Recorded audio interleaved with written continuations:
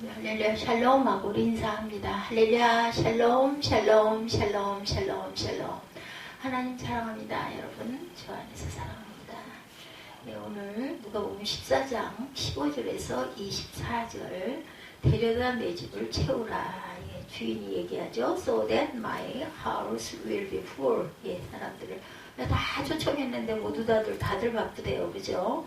예, 큰 잔치를 베풀고 많은 사람을 청하였더니 잔치할 시각이 청하였던 자들에게 종을 보내어 이르되 오소서 모든 것이 준비되었느니라. 이렇게 이제 다시 한번 초청을 했더니 모두들 예, 어떤 사람은 밭을 샀고 아무래도 내가 거기 밭 산데 가봐야 되기 때문에 예, 나를 양해해라. 또 한 사람은 소 5겨리를 사서 시험하러 가니 청컨대 나를 양해하라고. 또 한 사람은 나는 장가 들었으니 못 가겠다 얘기하고. 네, 종이 돌아와서 주인에게 그대로 고하니 네, 이에 집주인이 노하여 그 종에게 이르되 빨리 시내 거리나 골목으로 나가 가난한 자들과 몸 불편한 자들과 맹인들과 저는 자들을 모두 다 데려와라 이렇게 얘기하죠. 종이 이르되 주인이 명하신 대로 하였을 때 아직도 자리가 또 있습니다 라고 얘기하죠. 주인이 종에게 이르되 길과 산울트리가로 나가 사람을 강권하여 데려다 무조건 끌어다가 내 집을 채우라. 내가 너에게 말하노니 전에 청하였던 그 사람들 뭐 땅을 샀으니 아니면 뭐 바쁜 일이 있으니 장가를 들었으니 이 사람들은 내 잔치를 맛보지 못하리라 이렇게 얘기합니다. 24절까지의 내용이 이런 내용이죠. 우리 세상에서 교회에 나가야 되는데 할 일이 너무 많아서 주의를 지키지 못하는 사람들도 아마 나름대로 이유면 있을 거예요. 나는 5일 동안 요즘에는 주말에도 쉬는데 전에는 그랬어요. 난 6일 동안 이렇게 힘들게 일해서 좀 실컷 자야 되겠으니 예배 못 가겠다 이런 사람들이 많았는데 요즘은 5일째인데도 뭐 시간이 없어서 못들 오시죠. 마음이 없는 거죠. 시간이 아니라. 10월의 첫 주가 세계 성찬 주일이라고 합니다. 10월 달의 첫 주. 앞으로 뭐 한동안 남았지만 1982년에 세계교회협의회 WCC 모임에서 해마다 10월 첫째 주일에 성만찬 주일로 지키자고 이렇게 결정들을 했다고 그래요. 카톨릭과 개신교를 막론하고 예수를 그리스도로 고백하는 세계의 모든 교회들이 함께 성찬, 거룩한 식탁 교제를 나눈 날이 10월 첫 주라는 거 우리 기억하십시다. 적어도 10월 첫 주는 세계 모든 그리스도인들이 한 마음으로 함께 물론 다 모여서 할 수는 없지만은 그리스도의 식탁에 초대를 받아서 함께 떡과 포도주를 떼는 깊은 의미가 있는 날이다. 그래서 감리교 창시자인 존 웨슬리는 성찬을 성령의 은혜가 하나님의 자녀들에게 부어지는 중요한 통로다 이렇게 얘기를 했다고 그래요. 우리 지난주였으면 더 좋았을 텐데요. 이 말씀이 그죠? 그래도 성찬 주일이었을 때 함께 나눴으면 좋을 텐데 둘째 주죠. 그래서 존 웨슬리 목사님은 일주일에 4-5번 정도 성찬을 받았을 정도로 성찬을 굉장히 사모했다고 합니다. 세계 성찬 주일을 맞으면 함께 나눌 말씀들 예수님께서 참 그 구경은 참 좋을 것 같아요. 다 똑같죠. 세계적으로 말씀이 다 똑같고 예배가 다 똑같아요. 그건 정말 저도 참 좋겠다 이런 생각이 듣기 많습니다. 그래서 어디서나 우리의 말씀을 나눌 때 다 똑같은 말씀이니까 좋을 수 있죠. 어떤 면으로는. 말씀하신 잔치 축대 비유 오늘 말씀도 예수께서 제자들과 함께 식사를 하시면서 이런저런 말씀을 하고 계시는 장면이에요. 그러던 중에 한 사람이 예수께 말하죠. 하나님 나라에서 음식을 먹는 사람은 참 복이 있습니다. 이렇게 지금 예수님과 함께 밥을 먹는 것도 즐거운 일이지만 하나님 나라에서 이렇게 함께 음식을 먹을 수 있게 된다면 얼마나 복이 있을까요? 이렇게 얘기를 하는 거죠.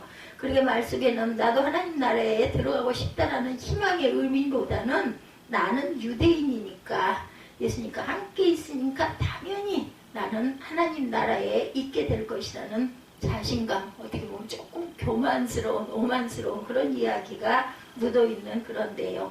예수께서 이 말씀을 들으시고 하나님 나라에서 음식 먹는 것이 어떤 것인지를 설명하시는 그 내용의 비유입니다. 그러니까 오늘 읽은 말씀 성경 본문이에요. 어떤 사람이 큰 잔치를 베풀고 많은 사람을 초대했단다. 그런데 잔치 시간이 되어도 사람들이 오지를 않았어. 하나같이 이런저런 핑계들을 댔다는 거죠. 그래서 우리가 읽은 내용이 바로 그 내용이에요. 제가 다시 한번 읽었죠. 첫 번째 사람은 내가 밭을 샀는데 가봐야 되겠다. 이 사람은 지금 밭을 새로 사기 위해 나간 것이 아니에요. 이미 산 밭이 있는데 그 밭이 어떤 거를 살펴봐야 되겠다라는 그걸 꼭 그때 해야 되겠느냐는 거죠. 핑계죠. 아니 밭이라는 게 한두 푼 하는 것도 아닌데 사기 전에 얼마나 많이 땅밟기를 하고 봤겠느냐는 보통들 다 그렇죠. 이렇게 보고 그래 그 밭 사야지 이런 사람은 없어요. 그죠? 이 밭이 좋은지 땅의 위치는 어떤지 이것저것 알아보고 따져보고 살펴보고 또 이 사람 저 사람에게 물어보고 그죠? 고민도 해보고 아주 오래오래 생각하다가 샀을 것이다. 근데 이미 산 밭을 뭘 더 보겠다고 나가겠다는 거 꼭 그때 그죠? 혹시라도 뭔가 더 볼 게 남아있다 하더라도 초청잔치에 가는 게 맞죠. 그것을 취소하면서까지 가서 볼 만큼 급한 일은 아니다. 이미 돈도 다 치렀고 밭이 어디 도망갈 것도 아닌데 잔치를 불참하면서까지 밭을 보러 가겠다는 것은 핑계거리도 못 된다는 거죠. 아예 대놓고 나는 그 잔치 가기 싫다 하는 말이나 똑같다라는 겁니다. 다른 사람은 내가 결의서 5쌍을 사는데 그것들을 시험하러 나는 지금 가는 길이요. 부디 양해주기 바라고 얘기합니다. 아주 정중해요. 그죠? 아주 그 예의를 차려서. 이 사람은 결의소 5쌍을 샀어요. 소 2마리가 끄는 큰 쟁기를 보고 결이라고 한다고 하네요. 그러니까 이 사람은 소 10마리를 산 거예요. 근데 그 소들을 시험하러 가야 해서 잔치에 참석하기가 힘들다. 농사를 짓기 위해 소를 10마리 사야 할 정도라면 엄청나게 큰 땅을 가진 사람 부자입니다. 근데 이미 사놓은 소를 왜 시험을 합니까? 바로 밭으로 가서 일을 시키면 될 텐데 아마도 이 사람은 직접 농사를 짓는 사람이 아니라 소를 사서 되파는 소장수일 가능성이 높다라는 거죠. 마태복음 22장 5절에 오늘 본문과 비슷한 내용이 나옵니다. 거기서는 한 사람은 밭으로 가고 한 사람은 장사를 하러 갔다 이렇게 나와 있어요. 그러니까 잔치에 초청받은 소장수는 자기가 산 소가 밭을 갈게 훌륭한 소인지 아닌지 검사를 하기 위해서 잔치에 못 가겠다라는 뜻입니다. 소를 검사하는 일은 소장수가 늘 해오던 일이고 특별한 일도 아니에요. 역시 새로 사야 할 소를 검사하는 것도 아니고 이미 산 소를 검사하는 거죠. 밥벌이를 위한 일이라고 이해를 하더라도 궁색한 변명거리밖에 안 된다. 마지막 사람은 내가 장가를 들어서 아내를 맞이하여 그러니 못 가겠어. 이죠. 그 아내 데리고 가면 얼마나 좋을까요. 그죠? 이 사람의 변명은 더욱더 심하게 궁색합니다. 자기가 결혼을 해서 아내와 함께 있어야 하기 때문에 잔치에 참여를 하지 못하겠다. 이거 대놓고 나는 잔치에 가기 싫다 하는 말과 똑같다라는 거죠. 게다가 앞에 두 사람은 그래도 변명하면서 그러니 양해해주기 바라오라고 말하는 태도라도 공손하게 말했는데 이 사람은 그것도 아니에요. 내가 가지 못하겠어. 이 말은 절대로 나는 갈 수 없다. 자기가 결혼한 것과 잔치에 참석하는 것과는 상관관계가 없어요. 그런데도 이렇게 말하면서 나는 안 가겠다. 엄청나게 무서운 아내를 맞이했기 때문일까. 요즘 같으면 혹시 이해할 수 있을지 모르겠지만 엄청나게 가부장적인 그 시대에는 핑계거리로는 힘든 변명. 잔치에 초청받은 세 사람 모두 잔치에 고의로 참석하지 않으려고 한다는 것을 알 수가 있어요. 내용의 그 속내를 따져보면 마치 모두 약속이나 한 듯 대놓고 잔치의 주인을 왕따시키는 것 같이 보이죠. 이런 모습이 바로 예수님에 대해서 배척하고 있는 바리새인들, 사두개인들, 헤롯 땅의 무리들을 빗대어 말하고 계시는 것으로 볼 수가 있습니다. 그 당시의 분위기가 이렇게 은근히 예수님을 사회 중심에서 밀어내는 분위기였다라는 것이죠. 얼마나 많은 거절을 당했는지 모르지만 집주인이 크게 화가 났어요. 그리고 잔치의 빈자리를 채우라고 종에게 명령하죠. 어서 시내의 거리와 골목으로 나가 가난한 사람들과 지체에 장애가 있는 사람들을 또 눈먼 사람들과 다리 저는 사람들을 모두 다 여기다 데려다가 앉혀라. 처음에 초청받은 사람들은 그래도 제법 먹고 살만한 사람들이었다면 두 번째 초청받는 사람들은 그야말로 사회에서 소외된 사람들입니다. 가난한 사람들, 약한 사람들, 장애인들을 데리고 와서 잔치의 빈자리를 채우라는 말씀은 무엇을 의미하는 것일까요? 여러분들, 당시 유대인들은 가난하거나 병에 걸리거나 장애를 가지고 있는 사람들은 죄를 지었기 때문이다 이렇게 생각했어요. 하나님께 죄를 지어서 축복받지 못한 것이고 죄 때문에 벌을 받아서 그런 병에 걸렸다라는 거죠. 유대인들이 항상 무시했던 그런 사람들을 잔치에 초청을 또한 다시 받습니다. 이 잔치는 하나님 나라의 잔치였어요. 하나님의 나라에 밥상이 초청되었다는 것은 그들에게 하나님께서 구원의 길을 열어주셨다는 것이죠. 첫 번째 사람들, 당연히 자신이 잔치에 부름받아 마땅하다고 생각했던 사람들은 오히려 스스로 잔치를 거부하는데 아무런 자격이 없던 사람들이 천국 잔치에 초청을 받게 됩니다. 그래도 아직도 빈자리가 남았어요. 이번에는 큰 길과 산을 타리로 나가서 사람들을 억지로라도 데려다가 내 집을 채워라 라고 말씀합니다. 그냥 지나가는 사람 아무나 마구 데려다가 채우라는 거예요.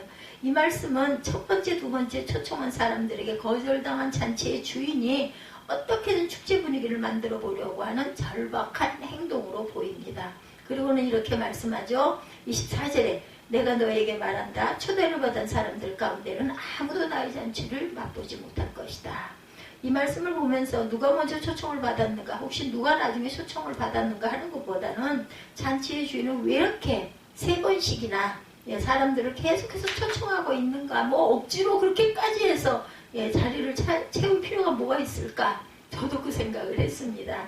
그 해답이 23절에 나오죠. 주인의 종에게 말합니다. 큰 길과 산을 타리로 나가 사람들을 억지로라도 데려다가 내 집을 채우라. 억지로라도 데려다 집을 채우는 것이 목적이에요. 잔치가 썰렁해서는 안 되기 때문이다. 어떻게 해서든 사람을 채워야 한다는 거. 그래서 초청받지 못한 사람, 평상시 같으면 초청 자리에 안 치우지도 못할 그런 사람들을 초청하죠. 그래도 안 되니까 아예 무작위로 마구 사람을 불러들여다가 자리를 채웁니다. 그렇게 우리 모두 하나님의 초청을 받은 사람들이에요. 잘나서도 아니죠. 그죠? 꼭 초청할 만한 사람의 자격이 있어서도 아니라는 것이죠. 하나님의 초청은 사람을 가리지가 않습니다. 누구나 잔치 자리를 채울 수만 있다면 상관이 없다. 그러니 우리는 이미 초청장을 받아 가지고 있는 사람들이죠. 여러분이 구원의 확신을 가지고 있는지 혹은 아리까리 도무지 뭐가 뭔지 잘 모르겠고 그냥 가서 앉아있는 사람들 역시도 모두 이미 하나님의 나라에 초청을 받은 사람들이라는 거예요. 우리가 믿음이 좋아서 받은 게 아니고 우리가 교회를 열심히 다녀서 초청을 받은 것도 아니고 하나님께서 저 하나님의 나라를 하나님을 가장 사랑하는 피조물인 우리 사람들로 가득 채우기를 원하셨기 때문에 조건 없이 초청 자리에 앉게 해주셨다. 문제는 초청을 받았는지 응하지 않은 사람들, 받았는데 응하지 않은 사람들, 그들은 늘 분주해요. 바빠요. 전도 우리가 해봐서 알죠. 전도하면은 어떻게 해요? 뭐 어딘가 딴 데를 쳐다보면서 보지도 않죠. 일부러 막 피하죠. 그죠?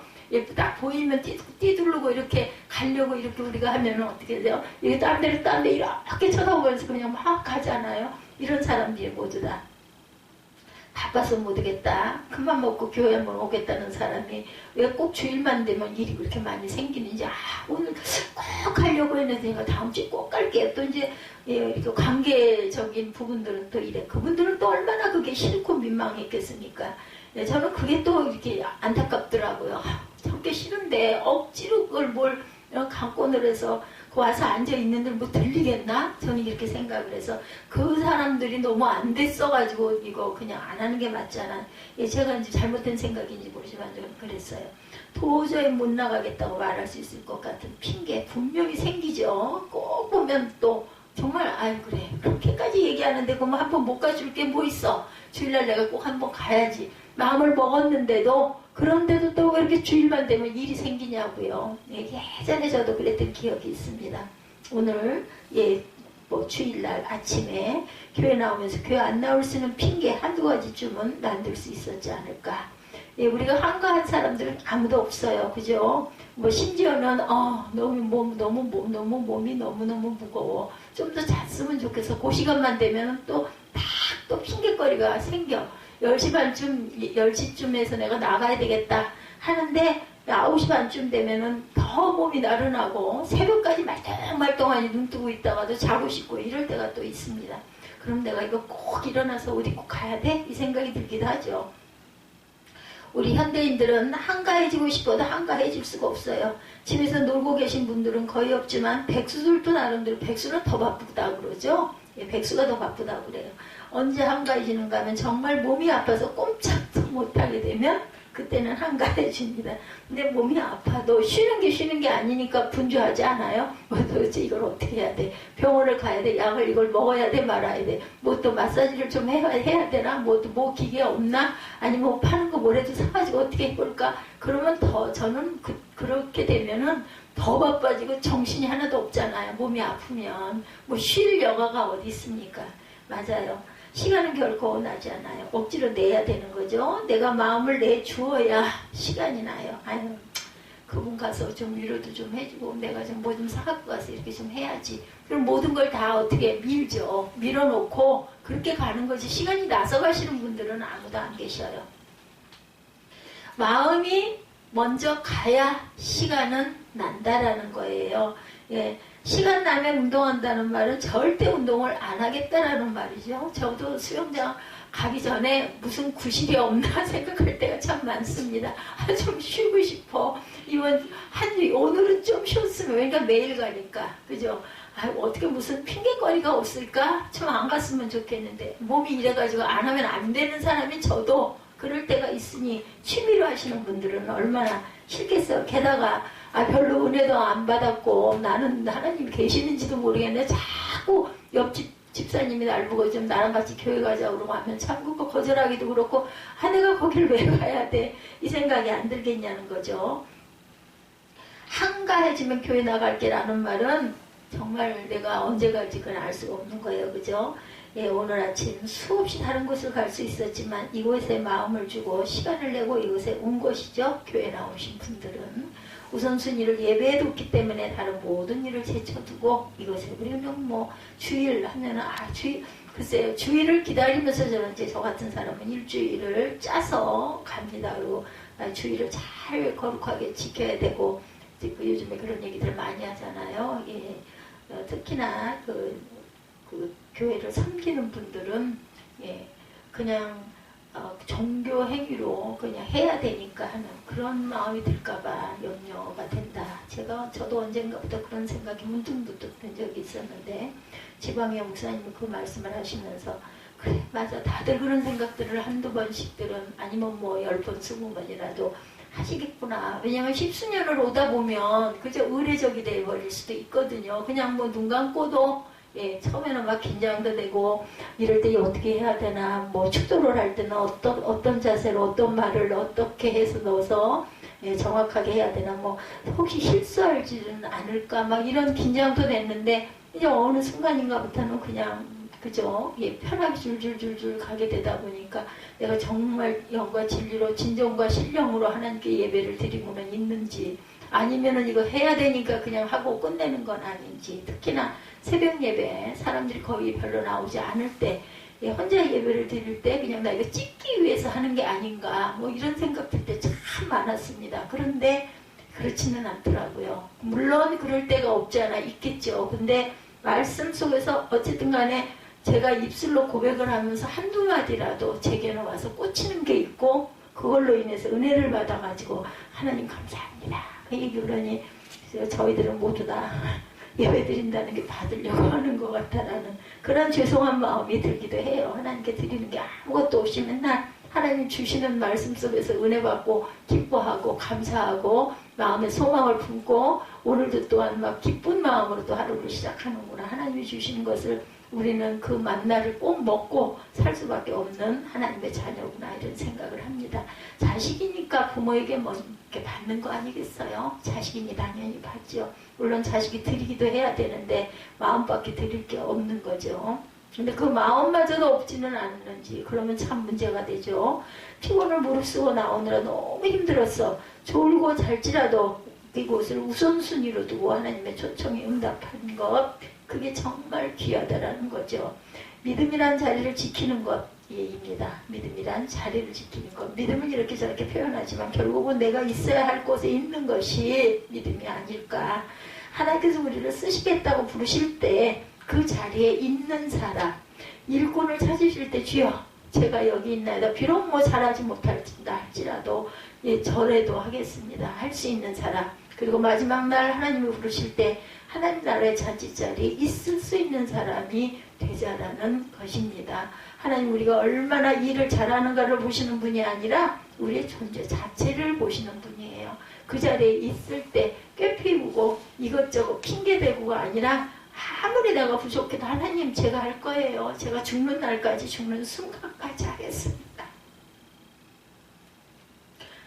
어저께 병원에서 그러더라. 도대체 뭘 얼마나 어떻게 했길래 몸이 지금이 됐느냐고. 아니 이래가지고 뭘 하겠다고.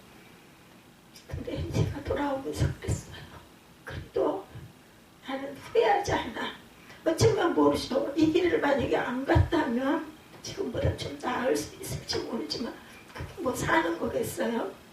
사명인데 제가 안 하면 저보다 유능한 누군가가 했겠죠. 근데 이곳에는 제가 있어야 되기 때문에 저는 우연이 절대 아니라고 생각해요. 내가 결혼하고 몇십 년을 이렇게 가고 이렇게 몸이 됐다 할지라도 하나님이 보셨을 거고 제가 미련해서 절제하지 못한 부분들도 물론 많이 있겠지만 하나님의 나라의 길을 오면서부터는 그렇지는 않았던 것 같은데 아무리 생각을 해도 나를 위해서 있지는 않았던 것 같아요. 하나님의 나라를 위해서 있었던 것 같고 깨달지 못한 게 있을지는 모르겠지만 너무 미련했던 부분도 없지 않아 있겠지만 또 그렇지 않았더라면 교회가 이만큼이라도 유지가 됐을까 생각을 합니다. 그러면서 뭐 죽는 순간이 있다 할지라도 그냥 나는 이렇게 갈 겁니다. 너 어떻게 할 거냐 선택해라. 네 몸을 온전하게 해줄 테니 그러니까 말래? 만약에 그렇게 그럴 리도 없겠지만 선택을 하라고 묻는다 해도 제 대답은 똑같을 것 같아요.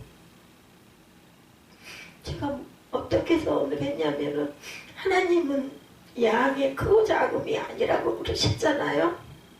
어떻게 할래? 아무도 없어 여기 너밖에. 그래도 너 고집하고 이곳이 성전이다 교회다 하고 있을래? 물어보신다 할지라도 저는 갈 곳이 이것밖에 없습니다 라고 얘기할 거예요.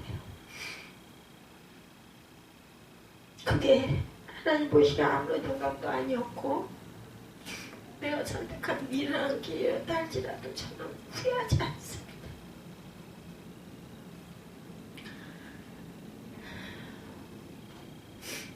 자리를 지키는 거 별거 아니라고 생각할 수도 있죠. 저보다 훨씬 유능한 사람도 제 주변에도 있잖아요. 그죠? 그분은 아주 뭐 학학다식하고 뭐 그 사람이 아니라 할지라도 얼마나 많겠어요. 예를 들면 여기 재정이 한 달에 200이에요. 뭐 예를 들어 누구 오셔서 이 교회에 이렇게 잘 이끌고 나가실 분하고 우리 교단에 만약에 찾는다 해도 아마 오시겠다고 하실 분이 계실 거예요. 꼭 저가 아니라도 더 잘 오셔가지고 하는 분이 얼마나 많겠죠. 네, 그런다 할지라도 우리의 존재 자체를 보시는 분 하나님이시죠. 우리가 어디에 서 있는가 그것이 우리의 정체성을 판가름한다라는 거. 자리를 지키는 거 별거 아니라고 생각할 수도 있겠지만 곰곰이 생각해보면 이 세상은 자리를 지키는 사람들 때문에 바뀌어 왔어요. 그죠? 좋은 생각하는 사람들이 참 많습니다. 뒤에서는 다들 민주투사 같고 다들 애국자 같아요. 예, 임진보라는 말이 있어요. 입만 살아서 말로는 온갖 정의로운 책을 다 하는데 정작 아무것도 하지 않은 사람들, 이거 바로 임진보라고 합니다. 말로는 무슨 말을 못하겠어요. 인터넷에서 무슨 말을 못합니다. 근데 정말 세상을 바꾸는 사람들은 그렇게 말만 하거나 생각만 가지고 있는 사람이 아니었던 거죠. 민주주의는 피를 묻고 자란다 이런 이야기가 있습니다. 이 땅의 민주주의를 이루기 위해서 수많은 사람들이 피를 흘렸죠. 우리 역사 속에 우리가 알고 있는 역사만 해도 3.1운동이 그랬고 4.19 혁명이 그랬고 3.1운동 때는 우리가 없었지만 4.19 혁명이 그랬고 80년 광주 학생 그 항쟁이 그랬죠. 87년 민주화운동이 그랬습니다. 고통의 시간들이었어요. 암울한 시대이기도 했어요. 친일파들이 나라를 팔아 넘기기도 하죠. 해방이 되자 그들이 다시 정권을 잡기로 했습니다. 독재가 있었어요. 군인들이 정치를 한 시대도 있었죠. 5.16 혁명이 그래서 일어났습니다. 도무지 그 어둠의 시대에 새벽이 올 것 같지가 않았었어요. 그럼에도 두려움에 떨면서도 역사의 부름 앞에 응답한 사람들이 있었기 때문에 그들은 때로 곤봉으로 맞고 최루탄을 뒤집어 쓰고, 우리도 길에 나갔다 못 모르고 나갔다 최루탄 때문에 눈이 매워가지고 도망치고 피했던 적이 많죠. 그저 버스를 타고 가다가 정말 기침을 하고 눈물 때문에 정신을 못 차린 때가 있었습니다. 실제 겪었죠. 우리들은 그 고문을 당하면서도 자기가 있어야 할 곳에 있었던 사람들이 있었기 때문에 그 사람들이 세상을 변화시켰어요. 오늘 우리는 하나님의 나라를 바라봅니다. 예, 저 하나님의 나라는 너무나 멀린 듯이 보이죠. 가만히 보이지 않기도 합니다. 그 나라를 향해 가는 이 좁은 길이 너무나 고단하게 느껴지기도 해요. 근데 예수께서는 그 나라가 그렇게 고통스럽고 괴로운 것이 아니라고 말씀하세요. 그것은 잔치에 참여하는 것이라고 말씀합니다. 제발 하나님의 나라에 잔치에 참여하라고 우리를 애타게 부르신다라는 것. 자리만 지켜달라고, 우리가 있어야 할 곳이 있어야만 하니까 달라고 우리를 찾습니다. 오늘 우리가 하나님의 잔치에 참여하겠노라, 하나님과 행복한 식탁에 머무르겠노라 응답하기만 하면 이미 우리는 그분의 잔치에 들어가게 된다는 것. 이것이 바로 은혜라는 것이에요. 자격이 있어서가 아니고 부르심 앞에 우리가 더 이상 어떤 핑계도 되지 않고, 예, 제가 여기 있겠나이다. 누가 그랬어요? 이사야가 그랬죠. 제가 여기 있나이다. 누가 그랬어요? 사무엘이 그랬습니다. 하나님의 잔치에 참여했다라는 말의 의미를 찾아본다면 작게는 그리스도의 성찬에 참여하는 일이고, 한 주의 예배를 참석하는 일이고, 사랑하는 자의 자리, 섬기는 자리에 참여한다라는 이야기입니다. 나아가서 세상에 가난한 사람들, 소외된 이웃들을 부르실 때 그들의 편이 되어주는 것, 주님이 부르실 때 내 삶의 분주함에 팔려 외면하지 않고 내 삶에 정말 중요한 것이 무엇인지를 깨닫는 것, 바로 하나님의 나라의 잔치에 참여하는 일입니다. 오늘도 하나님 나라의 식탁에 부름받은 저와 여러분, 그리스도의 식탁에 초청합니다. 주님의 부르심에 아멘으로 응답하시기를 주님의 이름으로 축복합니다. 우리 찬양하시고 기도하시고 주기도문으로 예배를 마치도록 하겠습니다.